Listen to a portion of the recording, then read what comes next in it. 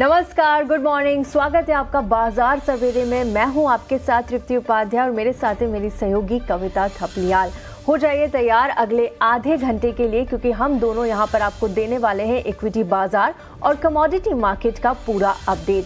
साथ ही आपको बताएंगे आज कौन से वो शेयर्स होंगे जहां पर आपको अपनी नजर बनाकर रखनी है, जहां खबरों के दम पर आज एक्शन दिख सकता है। इसके साथ ही हमारे मार्केट एक्सपर्ट भी जुड़ेंगे आपको उन शेयरों पर राय देने के लिए। लेकिन उन सबसे पहले एक नजर डाल लेते हैं ग्लोबल बाजारों से किस तरह के संकेत यहां से मिलते हुए नजर आ रहे हैं। तो देखिए, फ्राइडे के सेशन की बात करते हैं। यूएस के बाजारों में थोड़ा मिला जुला सा कारोबार देखने को मिला। डाउ की बात करें तो यहां 319 अंकों की तेजी के साथ 48,382 के लेवल पर डाउ ने क्लोजिंग दी। S&P 500 में भी यहां पर करीब 12 अंकों की तेजी नजर आई। वहीं नैस्डैक की अगर बात करें तो थोड़ा सा दबाव नैस्डैक पर देखने को मिला। करीब हल्की गिरावट के साथ यहां पर नैस्डैक बंद हुआ। साथ ही एशियाई बाजारों की बात करें तो देखिए, फिलहाल निक्केई में शानदार तेजी यहां पर नजर आ रही है। करीब 2.5% से ज्यादा की तेजी निक्केई में इस वक्त आप देख सकते हैं। लेकिन ओवर द वीकेंड एक बड़ा कंसर्न यहां पर उभर कर आया है। यूएस ने वेनेजुएला पर अटैक किया है और उनके जो राष्ट्रपति है मादुरो को और उनकी वाइफ को यहां पर हिरासत में ले लिया है, जिसके चलते एक बड़ा जियोपॉलिटिकल टेंशन यहां पर बढ़ता हुआ नजर आ रहा है। क्रूड की अगर बात करें, क्योंकि देखिए वेनेजुएला एक बड़ा दुनिया का सबसे बड़ा ऑयल रिजर्व है, जिसके चलते सबसे बड़ा जो कंसर्न है वो कच्चे तेल को लेकर आगे हो सकता है।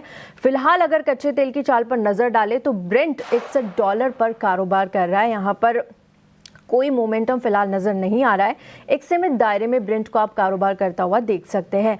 वहीं गोल्ड की बात करें तो देखिए, यहां पर भी आज करीब सोने में 1.5% की तेजी नजर आ रही है।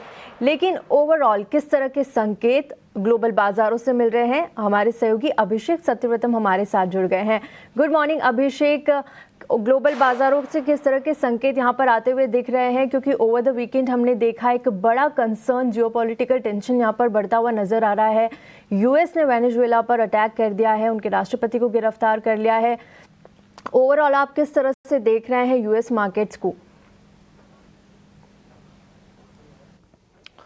तृप्ति, गुड मॉर्निंग। देखिए, दो तरह से देखा जा सकता है। जो अमेरिका ने अटैक किया वेनेजुएला के ऊपर शुक्रवार की रात को, और काफ़ी कोऑर्डिनेटेड एफर्ट था ये अमेरिका की तरफ से, और मादुरो को और उनकी पत्नी को गिरफ्तार कर लिया गया, फिर उनको अमेरिका ले जाया गया। अब उन पर अमेरिका में ट्रायल चलेगा, और अमेरिका का आरोप ये है कि ये ड्रग्स की तस्करी करते हैं। कई सारे गंभीर आरोप लगाए गए हैं। अब देखते हैं कि अमेरिकी कानून व्यवस्था में उन पर किस तरह का एक्शन लिया जाता है। लेकिन शॉर्ट टर्म में हो सकता है कि क्रूड के प्राइसेस थोड़े से डिसरप्टेड रहें, या फिर हो सकता है कि आपको थोड़ा बड़ा उछाल देखने को मिले, क्योंकि ऑयल की सप्लाईज थोड़ी मोड़ी प्रभावित हो सकती है। लेकिन एक्सपर्ट्स ये कह रहे हैं कि चूंकि वेनेजुएला के पास 300 अरब बिलियन का ऑयल बिलियन बैरल का 300 बिलियन बैरल का ऑयल रिजर्व है, तो लॉन्ग टर्म में वहां से सप्लाई बढ़ेगी, क्योंकि अमेरिका ने साफ कर दिया है कि वहां के ऑयल सेक्टर में अमेरिका का कंट्रोल यहां से बढ़ने जा रहा है। तो ये एक फैक्टर है। इसके चलते आप देख रहे हैं कि जो क्रूड के प्राइसेस है वो थोड़े से नीचे ही आए हैं।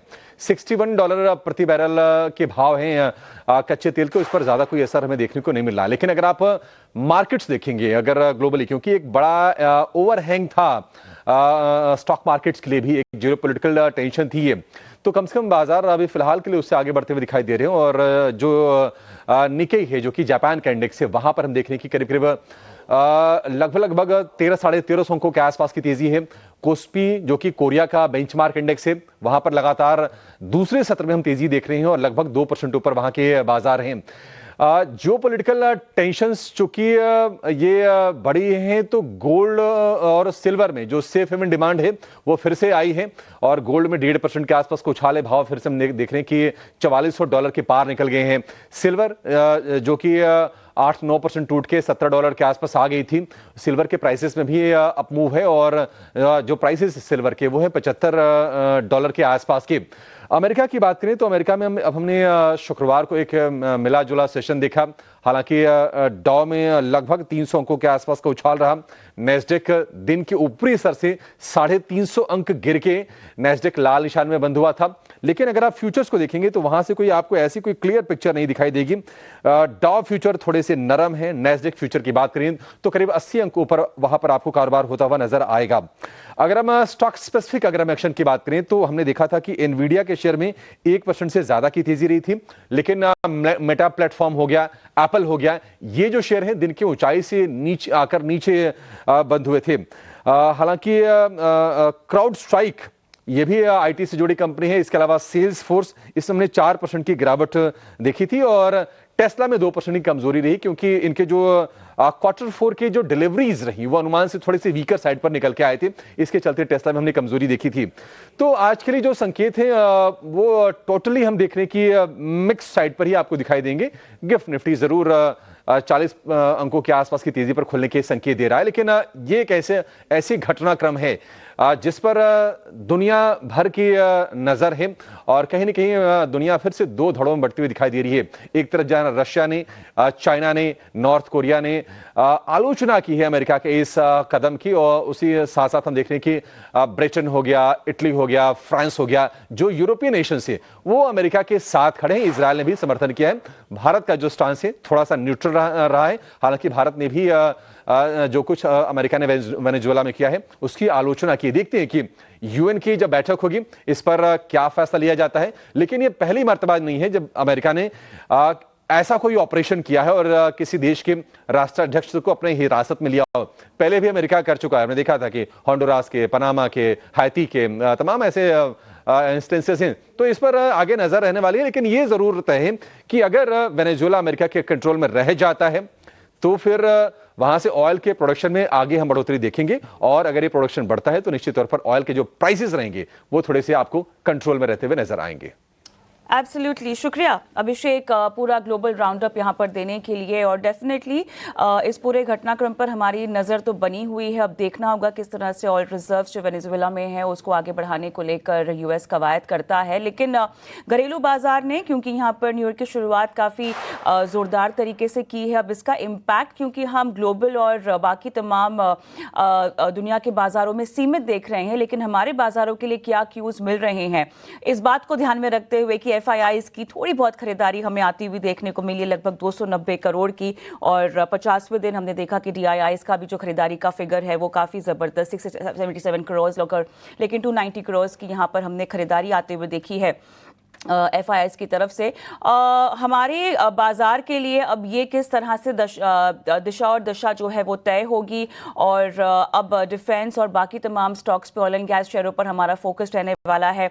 आज के बाजार का लुभ आप समझते हैं। रत्नेश गोविल अरिहंत कैपिटल से हमारे साथ जुड़ चुके हैं बाजार की चाल पर विस्तार से बात करने के लिए। रत्नेश, हाय, मॉर्निंग, और स्वागत है आपका बाजार सवेरे में।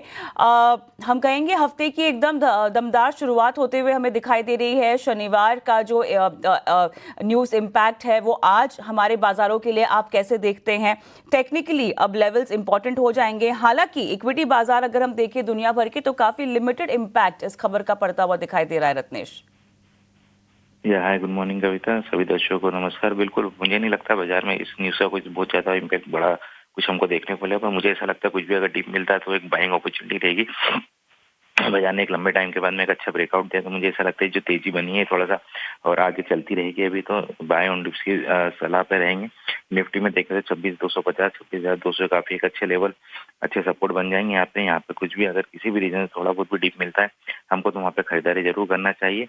बिल्कुल भी घबराना नहीं चाहिए। अगर कोई पोजिशन लेके भी गया है तो किसी कारण से नीचे खुलता है तो वहाँ पे बिल्कुल उसको होल्ड करना चाहिए, जल्दबाजी में नहीं बेचना चाहिए। ऊपर में मुझे ऐसा लगता है 26,400 तो 26,480 ये थोड़ा बहुत यहाँ पे रुकावट बन सकते हैं, पर यहाँ तक के लिए मुझे ऐसा लगता है यहाँ तक के लिए तेजी बन सकती है। जो बैंक निफ्टी का आउट परफॉर्मेंस है वो बिल्कुल बना रहेगा। अभी भी ऐसा लगता है कि इस वाली एक्सपायरी में बैंक निफ्टी आउट परफॉर्म करेगी। 60,010, 59,900 अगर यहाँ पे कुछ लेवल आते हैं थोड़ी बहुत, जो अगर किसी भी रीजन से जो न्यूज आई है उसका अगर इम्पैक्ट है थोड़ा बहुत भी नीचे खुलता है तो यहाँ पे बैंक निफ्टी में खरीदारी करना चाहिए। ऊपर में 60,400, 60,650 ये टारगेट मुझे आते हुए दिखाई दे रहे हैं। ठीक है, बैंक निफ्टी में अच्छे टारगेट्स आते हुए यहाँ पर नज़र आ रहे हैं। रत्नेश, ये तो गई इंडेक्स की बात, लेकिन आज के ट्रेडिंग सेशन के लिए कोई कॉल्स बनती हुई दिख रही है? बिल्कुल, दोनों बाय कॉल रहेंगे। मुझे ऐसा लगता है कि अभी वापिस जिस तरह मैं कह रहा हूँ कि अगर न्यूज इम्पैक्ट नीचे खुलते हैं दोनों में अच्छी अपॉर्चुनिटी मिलेगी बाय करने। जैसा मैंने कहा कि बैंक निफ्टी आउट परफॉर्मेंस करेगी तो एक बैंकिंग सेक्टर है यूनियन बैंक, वो लेने की सलाह रहेगी। 152 रुपए का स्टॉप लॉस लाएगा, जिसका टारगेट बन सकता है 163 163। दूसरा है मेटल से हिंद कॉपर, इसमें अच्छी तेजी अभी भी बनती हुई दिखाई दे रही है। 533 का स्टॉप लॉस लाएगा, जो टारगेट बनेगा वो 555 555 रुपए का। ठीक है, यहाँ पर 2 बाय कॉल आपने दी है। यूनियन बैंक पर आपकी खरीदारी की राय है, 152 का एक एसएल लगाइए और टारगेट्स 163 तक के आपको आते हुए यहाँ पर दिखेंगे। साथ ही हिंदुस्तान कॉपर पर भी आपने खरीदारी की राय दी है, 533 के स्टॉप लॉस के साथ आप चलिए और 555 तक के टारगेट्स यहाँ पर मिलेंगे। तो आज रडार पर रखिए यूनियन बैंक और हिंदुस्तान कॉपर को। रत्नेश, बहुत बहुत शुक्रिया आपका हमारे साथ जुड़ने के लिए, मार्केट सेटअप बताने के लिए और आज की ट्रेडिंग कॉल्स देने के लिए। शुक्रिया। इसी के साथ वक्त एक छोटे से ब्रेक का। ब्रेक के बाद जल्द लौटेंगे और रुक करेंगे कमोडिटी बाजार का।